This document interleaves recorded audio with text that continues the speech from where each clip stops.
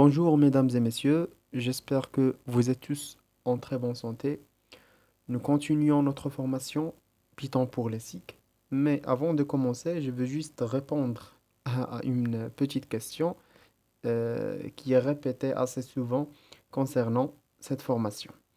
Pourquoi jusqu'à cette session, nous n'avons pas abordé les SIG ou bien l'utilité de Python dans les SIG?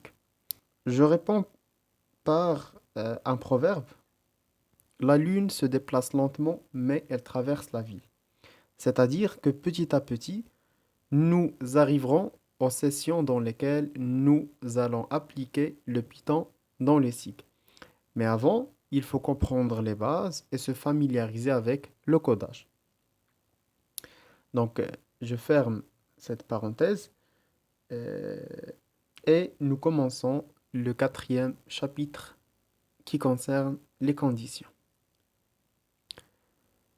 Comme d'habitude, nous allons commencer par une petite définition. Donc, les conditions sont des structures de contrôle qui vont nous permettre d'exécuter différents blocs de code selon qu'une condition spécifique soit vérifiée ou pas.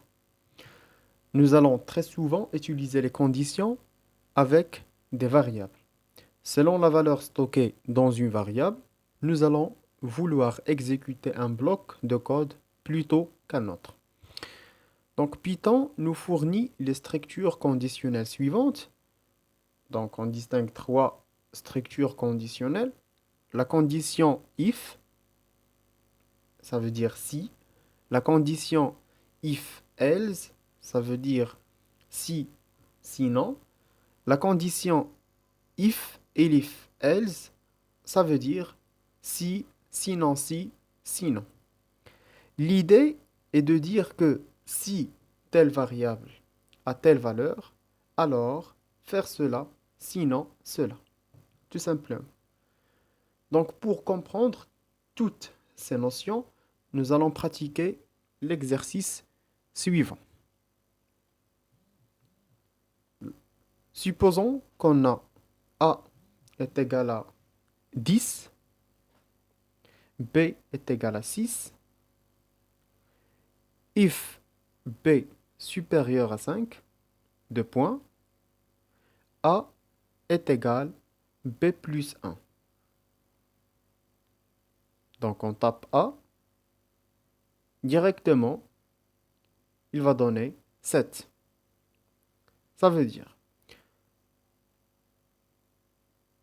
si la condition de B supérieure à 5, automatiquement, la valeur de A égale à B plus 1, malgré que A, au départ, est égal à 10. D'accord? Donc, B qui est égal à 6 plus 1 est égal à 7. Supposons maintenant que A est égal à 10, B est égal à 3, if B supérieur à 5, deux points, A est égal à B plus 1. Donc, logiquement, dans ce cas-là, B, c'est inférieur à 5. Donc, automatiquement, lorsqu'on écrive A, il va donner la valeur de départ parce qu'on n'a pas donné une autre condition. Donc, A est égal à 10. Supposons que cette fois A est égal à 10, B est égal à 3. If B supérieur à 5, deux points, A est égal à B plus 1. Cette fois, on va ajouter la structure conditionnelle else. Deux points, A est égal à B moins 1. D'accord? J'explique. Donc, on a donné à la valeur, ou bien la variable A, la valeur 10. Pour P, 3. Donc 3, c'est inférieur à 5. Donc la première condition est ignorée. On passe directement à la deuxième qui est A est égal à B moins 1. Dans ce cas-là, B est égal à 3 moins 1. Donc la valeur est égale à 2. Passons maintenant à notre exemple. Cette fois, A est égal à 10, B est égal à 5. If B supérieur à 5, toujours A est égal à B plus 1. Cette fois, on va ajouter elif. B double égal 5, 2 points. A est égal à B plus 5. Else A est égal à B moins 1. Donc, dans ce cas-là, on a travaillé par les trois structures conditionnelles. If, else et elif. D'accord? Donc, ça veut dire, if B supérieur à 5, dans ce cas-là, on a B est égal à 5. Ça veut dire que le premier est ignoré. On ne peut pas utiliser la fonction, ou bien l'équation A est égal à B plus 1. If B double égal, ça veut dire égal à 5. On va utiliser la deuxième équation, A est égal à B plus 5.